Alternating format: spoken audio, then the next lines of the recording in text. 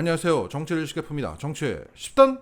오늘자 프레시안의 박세열 칼럼이 화제입니다. 여기에 달린 댓글 중에 이런 게 있었습니다. 이런 기사 몇 년 만이냐. 그만큼 명 칼럼이란 겁니다. 이 칼럼은 부제목처럼 한동훈이 한 말을 그대로 돌려주며 한동훈이 검찰은 물론 이 정권을 무너뜨리는 역할을 하고 있다는 겁니다.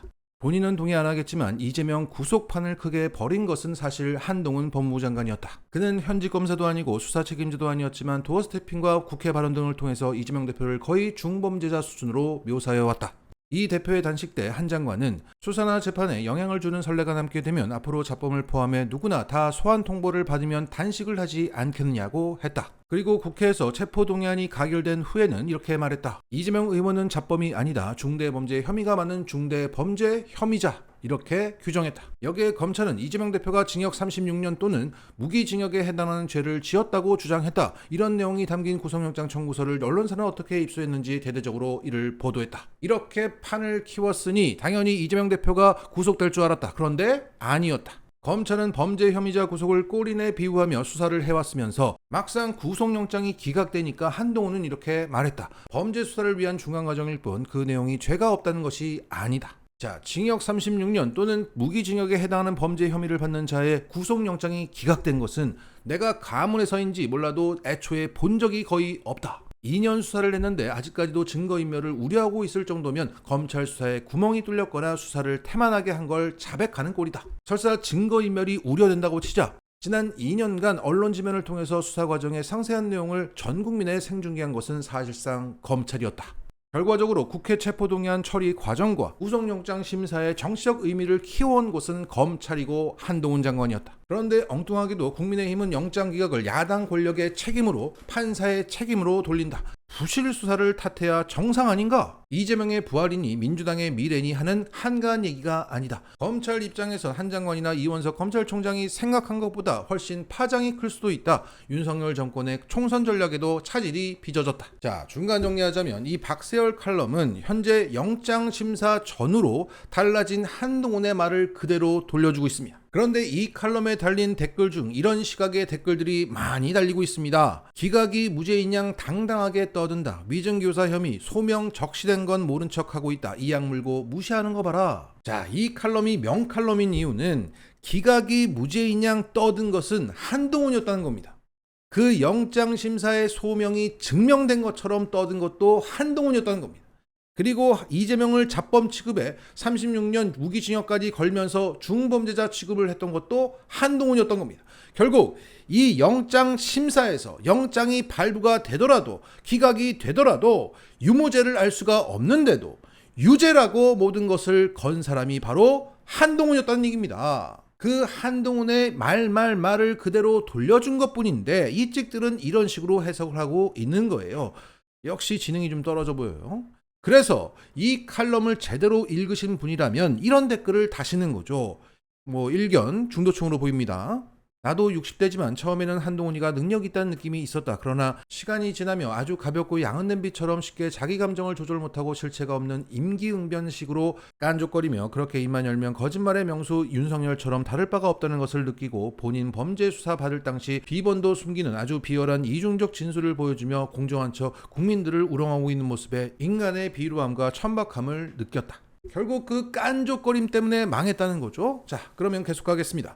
이제 쌍특검이 기다리고 있다. 검찰이 가장 피하고 싶은 것 중 하나가 특검이다. 그런데 지금 검찰이 가진 유능함의 이미지가 무너졌다. 과거 한동훈 장관은 50억 클럽 특검법에 대해서 수사 대상인 이재명 대표가 입맛대로 수사할 검사를 고르겠다는 것이라고 주장한 바 있다.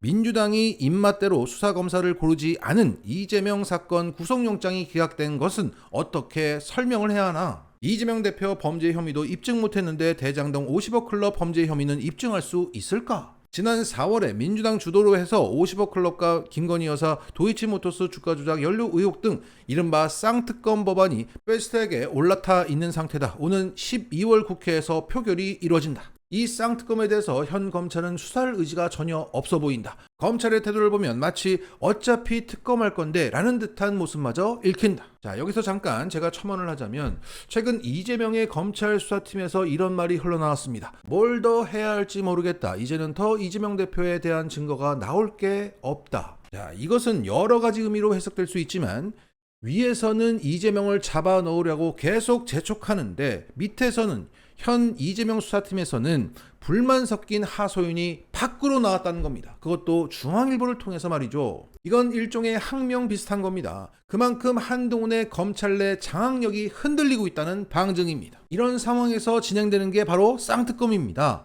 이전과 같았으면 일말의 기대 정도만 했을 텐데 지금은 매우 흥미진진해 보인다는 거죠. 민주당 가결파들이 귀환한 이재명 대표와 손잡고 인증샷을 남기듯 검찰도 제 살 길을 찾으려고 하지 않겠는가. 이 격동의 상황을 감안한다면 칼로 흥한 자 칼로 망한다는 사필 규정이 이 쌍특검에서 실현되지 않겠는가. 자, 계속하겠습니다. 이쯤에서 한동훈 장관의 속마음이 등장했던 과거 채널A 기자와의 녹취록을 꺼내 들어볼 필요가 있다. 자, 이것은 한동훈이가 이동재 기자한테 한 말이에요. 사회가 모든 게 다 완벽하고 공정할 순 없어. 그런 사회는 없다고. 그런데 중요한 건 뭐냐면 국민들이 볼 때 공정한 척이라도 하고 공정하게 보이게라도 해야 한다는 거야. 그 뜻이 뭐냐? 일단 걸리면 가야 한다는 말이야. 그리고 그게 여러 가지 야로가 있을 수도 있지만 적어도 걸렸을 때 아니 그럴 수도 있지라고 성내는 식으로 나오면 안 되는 거거든. 그렇게 되면 이게 정글의 법칙으로 가요. 한동훈의 말이 맞다. 공정한 척이라도 해야 한다. 그런데 공정한 척, 김건희 수사 이것도 못 해놓고 불공정한 수사, 이재명 병장 기각만 부각되는 최악의 상황인 것이다. 이제 김건희 영부인 수사는 공정한 척에 부합하는지 한 장관에게 그 발언을 돌려줄 때가 됐다. 그러기 위해서라도 검사 70명 동원하고 300번 이상 압수해도 무기징역에 해당하는 범죄 혐의자를 구속 못 시키는 검찰에게 대통령 일가와 관련된 중대한 의혹 수사를 맡기기는 어렵다. 그리하여 쌍특검의 처리 명분은 강화되고 있다. 그러니까 검찰도 안 하는데 특검도 안 한다. 검사 생리상 그럴 수는 없을 것이다. 윤석열이 박근혜를 쳐서 떴듯이 누군가 윤석열을 치려고 덤빌 것이다. 라는 얘기죠. 집권 여당 전국 운영의 두 축, 이념과 사정이 무너지고 있다. 윤석열 아바타인 한동훈의 실패는 윤석열 정부와 여당의 국정 운영에 타격이 될 수 있다. 스스로 중원 전략을 포기한 것인지 아니면 지금 하는 일이 중원 공략을 위한 것이라고 생각하는지 알 수 없다. 확실한 건 집권 여당이 가진 쌍 전략의 축이 모두 흔들리고 있다는 점이다. 현재까지 행태를 참고하면 집권 여당의 총선 전략은 크게 이념 전략과 한동훈 전략 두 가지로 요약된다. 그런데 윤 대통령 지지층조차 일부가 홍범도 흉상 이전에 반대한다고 볼 수 있다. 이건 주목할 만한 수치고 이념 전략이 어떤 위험수에 넘어선 데에 대한 경고음과 같은 것이다. 마이너스 정치의 전형적인 사례다. 그리고 한동훈 전략, 즉 대대적인 사정정국 조성이었다. 이 전략의 정점엔 이재명 대표 구속이 있었는데 이것마저 안 됐다. 그래서 플랜 B가 없다. 유일한 플랜 B는 중도 실용으로 가는 것인데 이 정부는 그럴 생각 자체가 없다. 야당에겐 여당의 복이 있다. 물론 이 사실을 즐겁게 받아들일 수 없지만 자, 그러니까 말로 흥한 자 말로 망했고 칼로 흥한 자 칼로 망할 것 같다는 얘기입니다. 그래서 쌍특검이라는 연말 특집 드라마가 나올 것이다. 그때는 총선 100일 전후라 가장 격동의 시기라 어떤 일이 어떻게 벌어질지 아무도 모른다. 하지만 분명한 것은 한동훈의 올인 전략은 실패했고 그 한동훈 때문에 윤석열과 김건희까지 함께 무너질 것 같다는 기시감이 강하게 들고 있습니다. 오래 못 갈 것 같다라는 분위기 속에서 내가 한번 윤석열을 잡아볼까?